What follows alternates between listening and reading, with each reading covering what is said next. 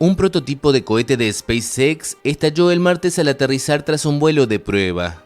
El aparato fue lanzado sin problemas durante la tarde y apagó progresivamente sus motores a medida que alcanzaba una altura de 10 kilómetros.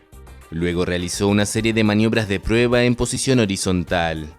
Cuando el cohete intentó regresar a una posición vertical para aterrizar, comenzaron los problemas, y las imágenes mostraron que llegó demasiado rápido y en un mal ángulo.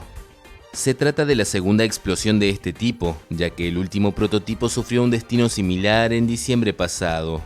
Un portavoz de SpaceX dijo que se trató de un excelente vuelo, pero que se debe trabajar un poco en el aterrizaje.